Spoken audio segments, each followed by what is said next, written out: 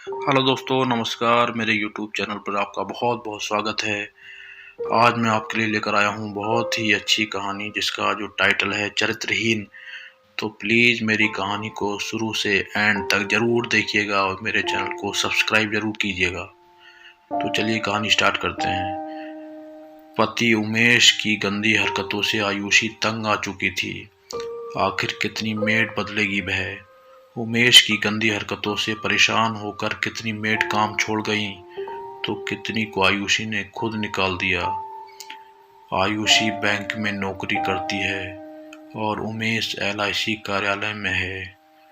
उमेश तो घर से 10-11 बजे निकलता है, पर आयुषी को घर से जल्दी निकलना पड़ता है। उनके 2 बच्चे हैं, बेटी पावनी 11 साल की और बेटा सनी 7 साल का। आयुषी दोनों बच्चों को स्कूल भेज उमेश का लंच पैक कर बाकी का काम बाई पर छोड़ तैयार होकर बैंक निकल जाती। उसे हमेशा यही डर सताता है कि पता नहीं उसके पीछे उमेश और बाई कहीं कुछ। कितनी बार आयुषी ने उमेश को अखबार की ओर से बाई को गंदी नज़रों से घूरते देखा है। अब झाड़ू पोछा लगाते वक्त किसी के भी कपड़े अस्त व्यस्त हो ही जाते हैं। इसका यह मतलब तो नहीं कि कोई उसे गंदी नज़रों से घूरे। ऐसे में कोई भी बाई असहज हो जाएगी। आयुषी ऐसे ही पति पर शक नहीं कर रही थी। नंदा, मैं ऑफिस जा रही हूँ, तुम काम खत्म करके चली जाना। और हाँ, फ्रिज में कुछ खाने का सामान रखा है, उसे लेती जाना। कहे एक दिन आयुषी ऑफिस चली गई। आयुषी थोड़ी दूरी ही पहुंची थी कि उसे याद आया कि वह अपनी दराज की चाबी भूल आई।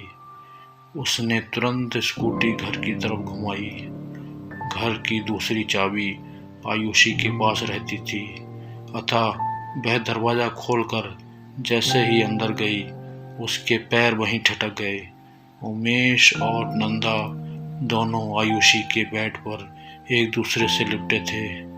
आयुषी को अपनी आंखों पर भरोसा नहीं रहा था। बाई तो भाग गई, उमेश हकलाते हुए कहने लगा। आयुषी ने बिना उमेश की पूरी बात सुने एक जोरदार थप्पड़ उसके गाल पर दे मारा और फिर कहने लगी, शर्म नहीं आती तुम्हें, झूठ बोलते हुए, बिना तुम्हारी मर्जी के बह और तुम। छी छी, कह आयुषी अपने आंसू पोंछते हुए आगे बोली। उस दिन को कोसती हूँ मैं जिस दिन मेरी तुमसे शादी हुई। आयुषी ऑफिस तो चली गई, पर अपनी तबीयत खराब होने का बहाना कर तुरंत घर आ गई। पूरा दिन और रात भैंसे सकती रही, किसी से कुछ नहीं कहा, ना ही अपने बच्चों को इस बारे में कुछ पता लगने दिया। वह सोचने लगी कि कभी बच्चों को अपने पापा की इन गंदी हरकतों का पता चला तो दोनों नफरत करेंगे उनसे। उमेश की तो अब हिम्मत ही नहीं थी कि वह आयुषी के सामने जाए। आयुषी बच्चों को सुबह स्कूल भेज कर घर का सारा काम खत्म कर ऑफिस चली जाती थी। कोई भी काम वाली सुबह आने को तैयार नहीं थी। सब यही कहती थी कि 9 बजे के बाद ही आ सकती हैं। आयुषी का मन तो करता है कि नौकरी छोड़ दे, पर बच्चों के स्कूल और पढ़ाई पर जो मोटा पैसा खर्च होता है वह कहाँ से आएगा। आसमान छूती महंगाई के युग में एक की कमाई से घर चलाना संभव नहीं था। एक बाई आई भी, पर कुछ दिन काम करके छोड़ गई। वही बात सुबह 8 बजे नहीं आ सकती। आयुषी की तो कमर जवाब देने लगी थी। आखिर वह घर बाहर कितना करेगी। आयुषी ने अपनी सहेली वैशाली से बाई के बारे में पूछने के लिए फ़ोन किया, तो उसने बताया, हाँ, एक बाई आती तो है मेरे घर काम करने, पर वह थोड़ी बूढ़ी है। अगर तुम कहो तो भेज देती हूँ। वैशाली की बात सुनकर आयुषी खुश हो गई। उसे यही तो चाहिए था। वह मन ही मन मुस्कुराई कि उमेश अब बूढ़ी औरत को क्या घूरेगा। कांताबाई दूसरे दिन से ही काम पर आने लगी। अब आयुषी को कोई फिक्र नहीं थी। सब कुछ सुचारू रूप से चल रहा था। कांताबाई 2-3 दिनों से नहीं आ रही थी।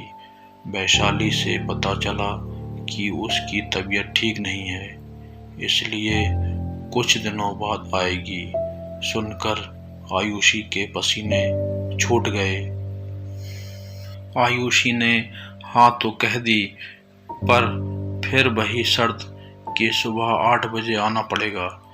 रूपा मान गई। रूपा काम तो अच्छा करती थी, पर आयुषी को डर लगा रहता था कि उमेश की गंदी नज़र कहीं रूपा पर भी न पड़ जाए। रूपा थी भी बहुत खूबसूरत, और फिर उम्र से ज़्यादा नहीं थी, यही कोई 22-23 साल। आयुषी के सामने ही वह काम करके चली जाती थी। आयुषी रविवार के दिन रूपा से खाना बनाने में भी मदद ले लिया करती थी। रूपा का व्यवहार भी।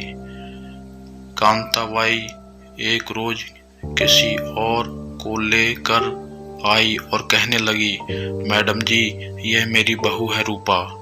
अब से यही आपके घर काम करेगी। कांताबाई, जब आपकी तबीयत ठीक हो जाएगी तब तो आओगी न काम पर? आयुषी ने पूछा। मैडम जी, अब मुझसे काम नहीं होता है। गठिया की शिकायत है। मुझे काम करती हूँ तो दर्द और बढ़ जाता है, मगर आप चिंता ना करो, मेरी बहू मुझसे भी अच्छा काम करेगी। कांताबाई ने कहा।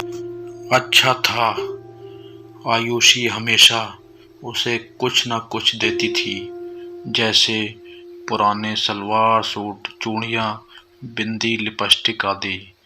रूपा भी बहुत खुश रहती थी। आयुषी को वह अब मैडम जी नहीं, दीदी कहकर बुलाने लगी।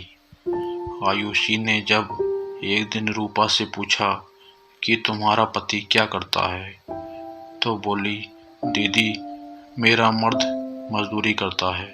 हमारी शादी के अभी 2 साल ही हुए हैं। रूपा अपने मायके, ससुराल, नाते रिश्तेदारों सबके बारे में बताती रहती थी। आयुषी अब रूपा पर भरोसा करने लगी थी, परंतु उसे अपने पति पर कतई भरोसा न था। रूपा को आयुषी के घर काम करते हुए करीब 7 महीने हो चुके थे। अब तो रूपा कभी कभार लेट भी आती तो आयुषी कुछ नहीं कहती थी। उसे लगता था कि अगर रूपा ठीक है तो उमेश कुछ नहीं कर सकता। रूपा अब बड़े सलीके से सज धज कर रहने लगी थी। आयुषी ने एक दिन पूछ ही लिया, रूपा, आज तो तुम बहुत अच्छी लग रही हो, और ये तुम्हारा सलवार सूट भी कहाँ से खरीदा? बहुत ही सुंदर रंग है। रूपा कहने लगी, दीदी, मेरी माँ ने दिया था। रूपा का चेहरा कुछ दिनों से बड़ा ही खिलखिला सा लगने लगा था। आयुषी ने पूछा भी, रूपा आजकल बड़ी खुश नजर आ रही है, कोई बात है क्या? तब रूपा ने मुस्कुरा कर कहा, नहीं दीदी। रूपा कुछ महीनों से काम करने लेट से आने लगी थी। पूछने पर कहने लगी, मेरी सास बीमार है, इस कारण देर हो जाती है। तो दोस्तों, इसका दूसरा पार्ट देखने के लिए मेरे चैनल पर बने रहिएगा। मैं आपके लिए इसका दूसरा पार्ट लेकर आऊँगा। प्लीज़ मेरे चैनल को सब्सक्राइब ज़रूर करिएगा और लाइक कीजिएगा, कमेंट्स कीजिएगा, शेयर कीजिएगा।